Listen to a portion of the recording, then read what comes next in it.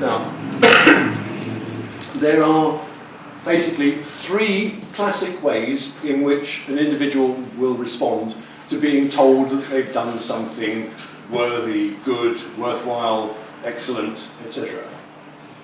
Right. What would be your reaction to somebody saying, what a wonderful job you've done? Phil? I'd be proud, please. Proud? Pleased? Yeah, flattered, yeah. It's just part of my job. Just part of my job, a sort of modest response. Anybody be totally gobsmacked because it's never happened before? I worked at an organisation where it was very rare. It was so I rare. saw the impact within the organisation of that rarity. Yes, yes, it is very negative, isn't it? Yeah. I've worked in a situation where I wasn't expecting it from a particular person, so when it came, I knew it was genuine. Yeah. Bit of a surprise. Sometimes you're sort of a bit embarrassed and so forth. Sometimes you come back with a sort of modesty thing. Okay. So, how does the manager react to make this thing progress to its outcome when somebody comes up with one of those reactions? The key to all of these is a thing called empathy. Now, I use empathy to a very large extent in my overall program, and it's a specific technique. It's nothing to do with sympathy, which is about sharing the person's emotions. What empathy is about is a specific management tool for making the person feel good that they have expressed or identified some sort of emotion, and then moving on, because you don't really want to wallow in it as a manager, because it's going to take you a lot of time. Okay, so empathy, the key to empathy, the basic technique, which on the main program people have a lot more practice at doing, is identify the emotion that is being expressed, whether it's surprise, modesty, or they may also try to tell you how difficult it was to achieve what they've achieved. So identify the emotion, the feelings, put the appropriate label on it, make sure you've identified it correctly, and tell them that you've recognised it. And then move on. And it works. People who've been treated in that way, empathetically, do feel satisfied, and they don't any longer have a burning need to milk the situation for any other feedback. All right? He knows how I feel, fine, and move on. Okay, so if somebody's totally surprised, your empathetic reaction might be, I can see I've caught you by surprise on this, and I do need to tell you that I am very pleased with what you've done. Something like that. Or incidentally, wherever you have the opportunity, don't use the word but. Replace it with and, if you can. It works a lot better. So I could have said, I can see you're surprised, but blah, blah, blah. But if you replace it with an and, it makes it more powerful. Okay, so that's a surprise. Modesty. How will we handle modesty? What would somebody say? I was just doing my job. Yeah? You get that quite a lot. Yeah. Anyone suggest a way of empathising that modesty away? Just reinforcing how important it was, maybe? That's part of it, yes. Well, Well, I didn't hear that. What did you say? Reinforce how important it was, regardless. Yeah. yeah, that's part of it. I was only doing my job. Issue? I know you were doing your job. I know he says not use but I'm going to use but. I know you're only doing your job, but I need to let you know how much I value that, because whatever the situation, I can always rely on you, and you give more than you give 100%. Okay, when some people don't. A bit more long-winded than I would recommend, but yeah. Essentially, I think I would have added to the sentence, I'm going doing the job and doing it very well. you would, when you were giving that to the manager? Or you as manager would do that? As a manager, if they said, but I'm going to do a job, and I would say, yes, I'm doing it very well. Yes, that is a very shorthand way of achieving the same effect. I would go for something like, well, I'm very pleased that you do see your job in that way. bearing in mind that what you've now set yourself up for is a pitfall, because it's very tempting when you've said something like that to embellish it with, in contrast to the other buggers around here who don't see their jobs that way. Yeah?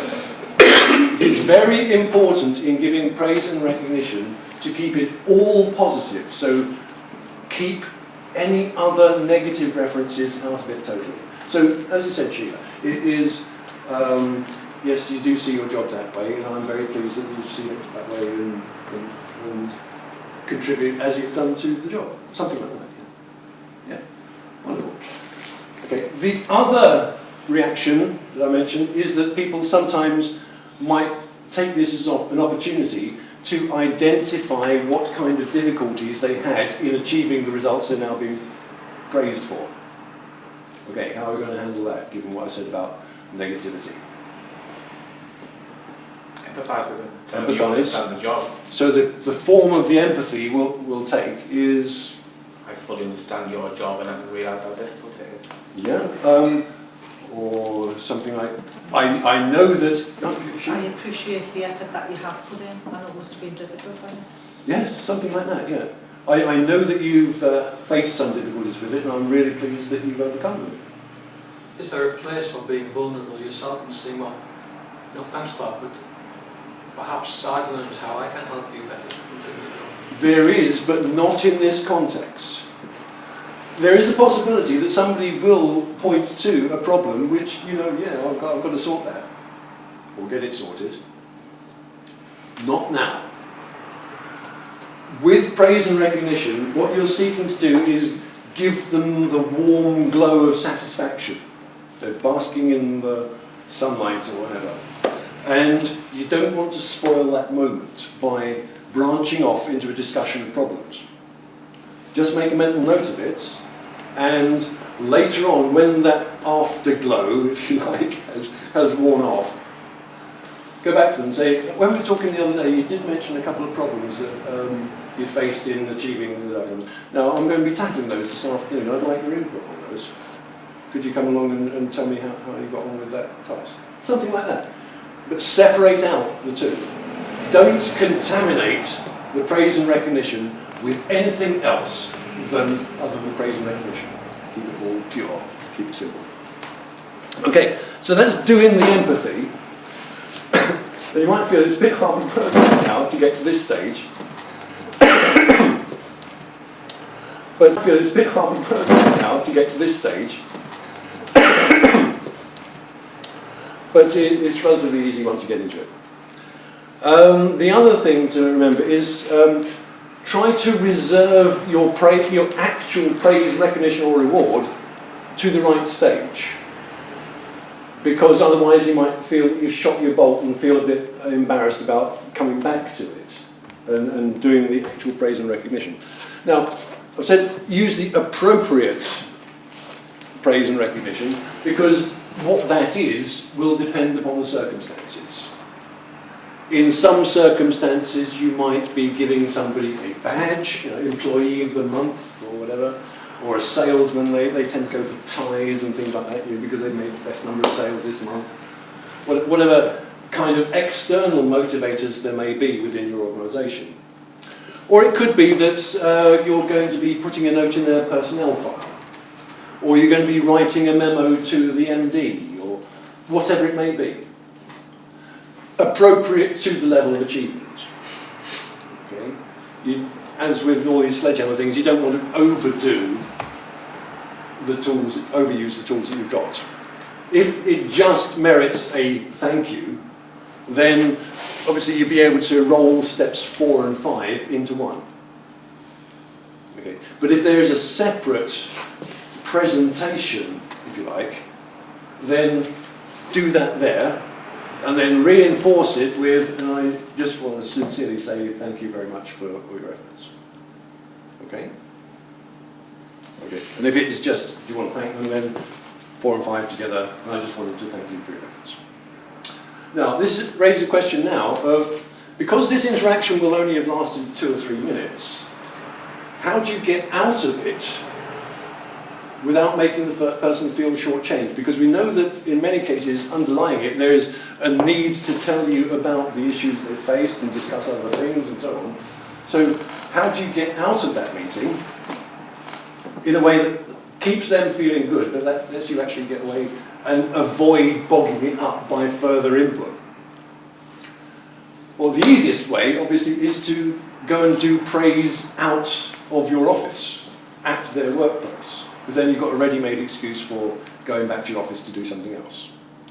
Now, you have to use your discretion about whether to do praise and recognition out there or in private. There are benefits to be had for the organisation as a whole for people to see others being praised in public, because that's the sort of organisation we work for. And it does everybody good. But obviously use your discretion, because if you go up to somebody and say, you and I had a discussion about your using the works computer for viewing porn 2 weeks ago, and since then I'm glad to say it was server report, so you haven't done it anymore. No, you're not going to do that in public, are you? So use your discretion. Now, if it actually has to take place in your office, then you'll have to have worked out beforehand some way of easing the person out of your office in a way which doesn't make them feel bad or shortchanged.